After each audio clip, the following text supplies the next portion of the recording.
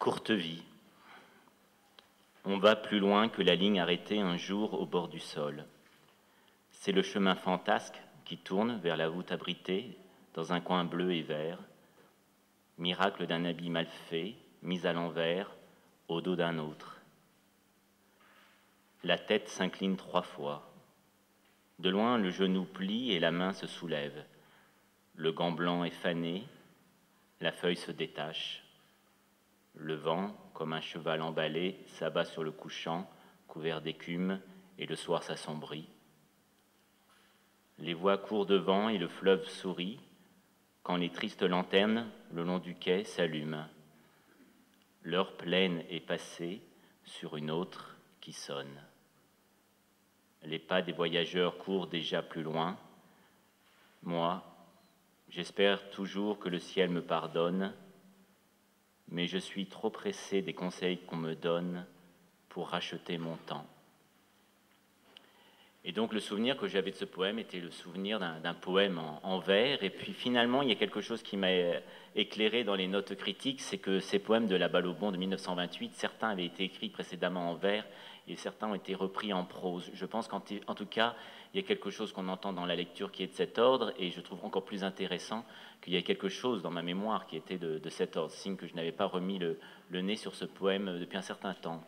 Je vais me permettre une petite allusion à la période de lecture de ce poème, et vous pourriez y trouver une forme d'ironie ou de souffrance larvée excessive, mais j'aimerais bien vous la présenter comme telle. Quand je lis ce poème, c'est en 1988, c'est-à-dire que j'ai 20 ans, je suis né en 68,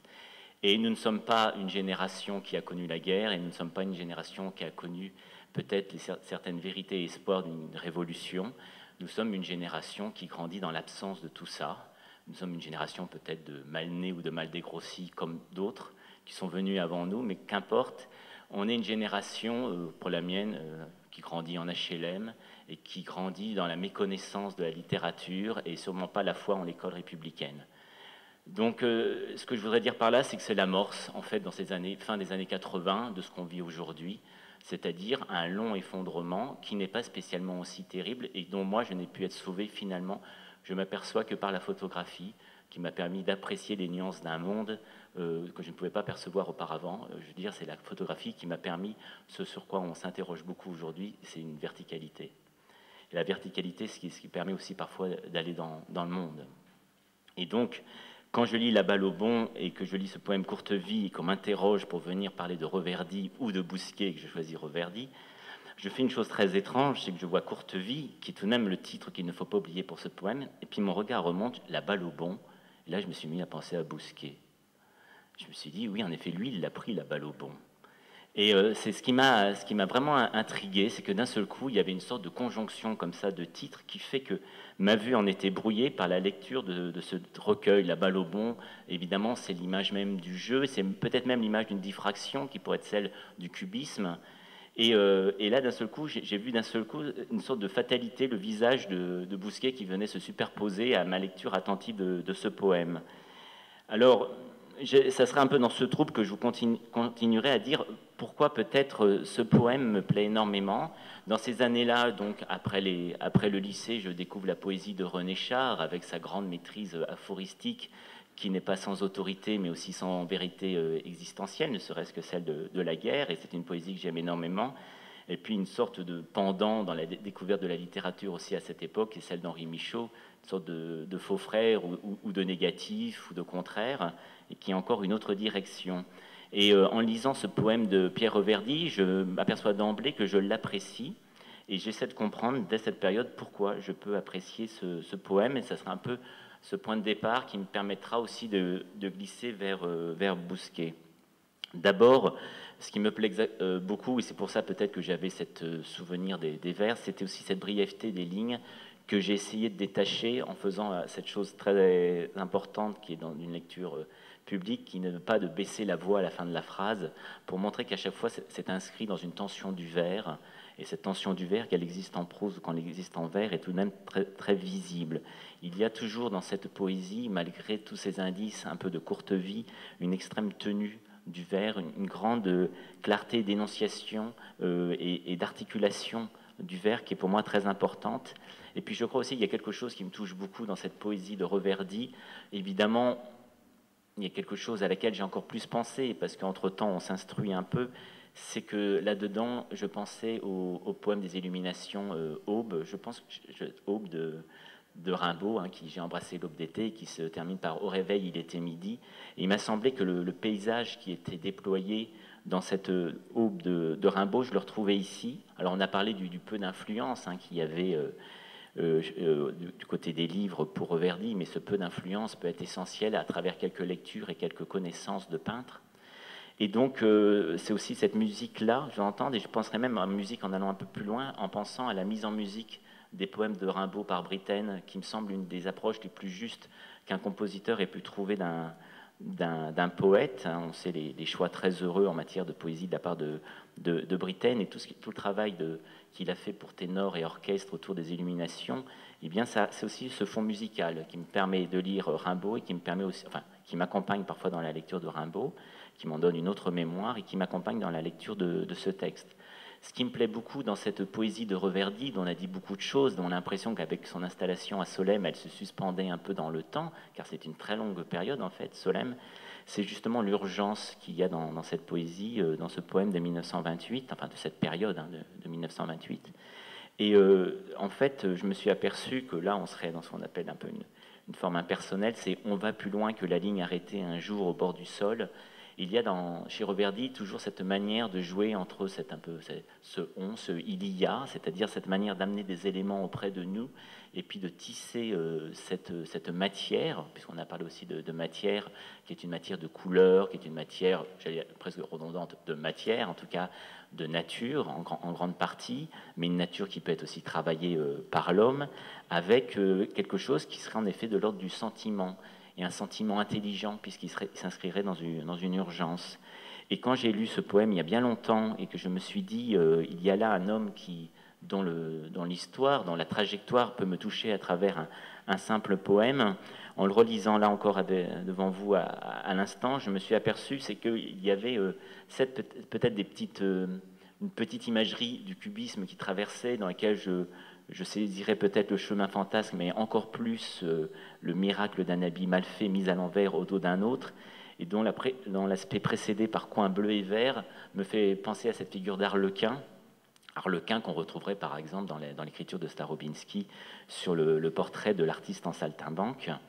Et il m'a semblé qu'il y avait donc là aussi une manière de fantaisie, mais de fantaisie désabusée, qui était présente parfois dans l'œuvre de Reverdy. C'est une œuvre assez complexe en fait, hein, qui est évidemment pas enfermée dans des thématiques précises, qui du coup même, on pourrait dire, n'est pas trop enfermée dans des obsessions, ce qui pourrait tout de même parfois être la caractéristique de bien des poètes. Il y a toujours chez Reverdy quelque chose d'assez beau, ça pourrait être aussi une forme d'obsession, ce sont des lignes de fuite. Il y a des perspectives chez Reverdy, et je trouvais très beau que, évidemment, il y ait une invitation à dépasser la ligne inscrite, c'est-à-dire que toute ligne inscrite doit être une ligne franchie, et puis d'aller au-delà vers ce chemin fantasque, qui me semblait évidemment le chemin d'écriture dans lequel moi-même je pouvais peut-être m'engager à l'aube de mes 20 ans ou de la trentaine à venir. Et ensuite, ce qui me plaisait beaucoup et que je retrouve évidemment de part en part dans ces poèmes, même dans la mise en page, hein, dont on nous parlait tout à l'heure, dans la manière très espacée parfois de présenter ça et de donner une respiration surtout à tout ça, c'était en effet cette sorte de paysage du corps qui était mis en œuvre, avec évidemment l'habit, la tête qui s'incline 3 fois, le genou qui plie, la main qui se soulève, comme si finalement il y avait aussi une forme de rituel dont on ne sait pas s'il est vraiment existant, s'il a quelque chose d'un rien désincarné, s'il a quelque chose d'existant et qu'aujourd'hui il a une sorte de mécanique un peu usée ou maladroite. Et puis il y a toujours cette manière, d'un instant où il y a une inscription du corps, de l'inscrire également dans le paysage.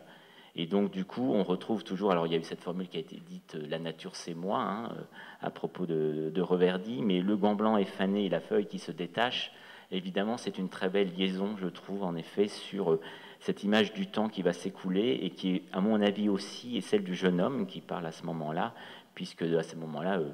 Reverdy, pour dire les choses encore autrement, est encore assez jeune. Et en fait, j'ai vu comme ça, à travers ce paysage chez Reverdy, ces lignes de fuite, ces perspectives, comment tout ça se mettait en place, se répétait, se déviait, se changeait de poème en poème, avec tout de suite, dès le second poème de de ce texte, évidemment, la présence du vers libre, avec des passages un peu en prose, mais surtout une manière finalement d'inscrire quasiment chaque vers comme une forme de paragraphe. Et il y avait encore ensuite, donc dans ces lignes de fuite, vous savez, c'est les sons et les parfums qui circulent dans l'air du soir. En tout cas, il y a aussi une manière de faire circuler